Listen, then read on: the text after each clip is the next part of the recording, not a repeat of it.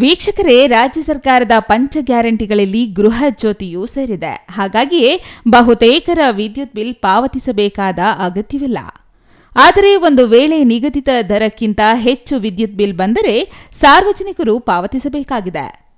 ಆದರೆ ನಿಮ್ಮ ಬಿಲ್ ಕೇವಲ ನೂರುಗಳಲ್ಲಿ ಬಾಕಿ ಇದ್ದರೂ ನೀವು ಪಾವತಿಸೋದು ತಡವಾದರೆ ವಿದ್ಯುತ್ ಸಂಪರ್ಕ ಕಡಿತಗೊಳಿಸುವ ಬೆಸ್ಕಾಂ ಅಧಿಕಾರಿಗಳು ಗೌರಿಬಿದನೂರು ತಾಲೂಕು ಆಡಳಿತ ಸೌಧದ ವಿದ್ಯುತ್ ಬಿಲ್ ಬರೋಬ್ಬರಿ 38 ಲಕ್ಷ ಬಾಕಿ ಉಳಿಸಿಕೊಂಡಿದ್ದು ಅದನ್ನು ವಸೂಲಿ ಮಾಡುವುದು ಇಲ್ಲವೇ ವಿದ್ಯುತ್ ಸಂಪರ್ಕ ಕಡಿತ ಮಾಡದೆ ನಿರ್ಲಕ್ಷ್ಯ ವಹಿಸಿದ್ದಾರೆ ಎಂದು ರಾಜ್ಯ ಸಾಮಾಜಿಕ ಕಾರ್ಯಕರ್ತರ ಒಕ್ಕೂಟ ಆರೋಪಿಸಿದೆ.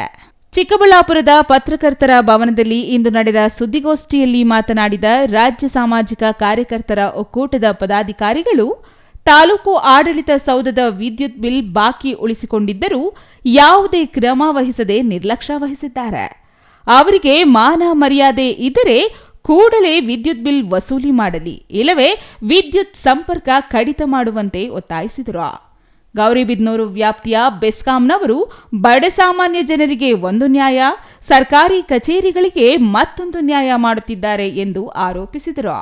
ಸಾಮಾನ್ಯ ಗ್ರಾಹಕರಿಗೆ ಎದುರಿಸಿ ಬೆದರಿಸಿ ವಿದ್ಯುತ್ ಬಿಲ್ ಪಡೆಯುವ ಬೆಸ್ಕಾಂನವರು ಸುಮಾರು 38 ಲಕ್ಷ ರೂಪಾಯಿಗಳ ಬಾಕಿ ಉಳಿಸಿಕೊಂಡಿರುವ ಗೌರಿಬಿದನೂರು ತಾಲೂಕು ಆಡಳಿತ ಸೌಧದ ವಿದ್ಯುತ್ ಸಂಪರ್ಕ ಕಡಿತಗೊಳಿಸದಿರುವುದಕ್ಕೆ ಇವರ ಕರ್ತವ್ಯದ ಬಗ್ಗೆ ಅನುಮಾನಗಳು ಮೂಡುತ್ತಿವೆ. ಪೂರ್ಣ ಬಾಕಿ ವಸೂಲಿ ಮಾಡಬೇಕು ಅಥವಾ ವಿದ್ಯುತ್ ಸಂಪರ್ಕ ಕೂಡಲೇ ಕಡಿತಗೊಳಿಸಬೇಕು ಎಂದು ಆಗ್ರಹಿಸಿದರು. ಮಹತ್ವದ ವಿಚಾರ ಏನು ಅಂತ ಅಂದ್ರೆ, ಗೌರಿಬಿದನೂರು ತಾಲೂಕು ಆಡಳಿತ ಸೌಧದ ಸುಮಾರು 38 ಲಕ್ಷ ರೂಪಾಯಿಗಳು ವಿದ್ಯುತ್ ಬಿಲ್ ಬಾಕಿ ಇದೆ.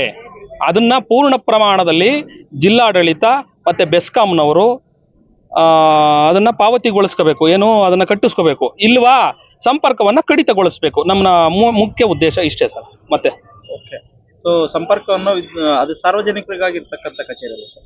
ನಿಜ, ಅದನ್ನ ನಾನು ಒಪ್ಕೊಳ್ತೀನಿ. ನಾನು ಹೇಳ್ತಾ ಇರೋದು ಆಸ್ಪತ್ರೆ ಕರೆಂಟ್ ಅನ್ನ ಕಟ್ ಮಾಡಿ ಅಂತ ಹೇಳ್ತಾ ಇಲ್ಲ ನಾನು.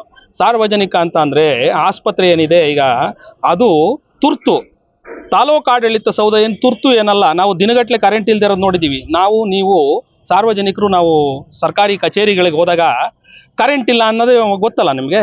ಅದೇ ರೀತಿ ಇದನ್ನು ಬೇಕಾದ್ರೆ 2 ದಿವಸ ಕರೆಂಟ್ ಇಲ್ಲ ಅಂತ ಹೇಳಿ ಬಿಡಿ, ಕಳಿಸ್ಲಿ, ನಾವು ಕರೆಂಟ್ ಬಿಲ್ ಕಟ್ಟಿಲ್ಲ ಅದಕ್ಕೆ ಕಟ್ ಮಾಡವ್ರೆ ಅಂತ ಹೇಳ್ಕೊಳ್ಳಿ.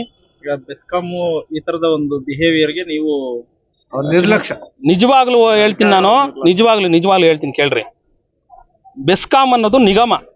ಏನು ಸಾರ್ವಜನಿಕರ ಹಣವನ್ನ ಅವರು ವಸೂಲಿ ಮಾಡ್ತಾರಲ್ಲ, ವಿದ್ಯುತ್ ಬಿಲ್ಗಳನ್ನ, ಆ ವಸೂಲಿ ಮಾಡುವಂತಹ ಆ ಬಿಲ್ ಹಣದಿಂದನೇ ಇವರಿಗೆ ಸಂಬಳವನ್ನ ಕೊಡೋದು. ನಿಜವಾಗ್ಲೂ ಇವ್ರಿಗೆ ಏನಾದ್ರು ನಾಚಿಕೆ ಮಾನ ಮರ್ಯಾದೆ ನಿಜವಾಗ್ಲೂ ಇದ್ರೆ ನಮ್ಮ ಚಿಕ್ಕಬಳ್ಳಾಪುರ ಜಿಲ್ಲಾ ಬೆಸ್ಕಾಂನವ್ರಿಗೆ ನಾನು ನೇರವಾಗಿ ಹೇಳ್ತೀನಿ, ಇವತ್ತೇ ಅವ್ರಿಗೇನಾದ್ರೂ ಬದ್ಧತೆ ಇದ್ರೆ, ಪ್ರಾಮಾಣಿಕತೆ ಇದ್ರೆ, ಆ ಬೆಸ್ಕಾಂನಿಂದ ಅನ್ನ ತಿಂತಾ ಇದೀವಿ ನಾವು, ನಮ್ಮ ಹೆಂಡತಿ ಮಕ್ಕಳು ಅನ್ನ ತಿಂತಾ ಇದ್ದಾರೆ ಅನ್ನೋದೇನಾದ್ರೂ ಅವ್ರಿಗೇನಾದ್ರೂ ಸ್ವಲ್ಪನಾದ್ರು ಪ್ರಾಮಾಣಿಕತೆ ಬದ್ಧತೆ ಇದ್ರೆ ಇವಾಗಲೇ ಹೋಗಿ ನನ್ನ ಮಾತನ್ನ ಕೇಳಿಸ್ಕೊಂಡು ಇವಾಗಲೇ ಹೋಗಿ ಕರೆಂಟ್ ಕಟ್ ಮಾಡಲಿ. Thoudanahalli Ramesh, CTV news, Chikkaballapur.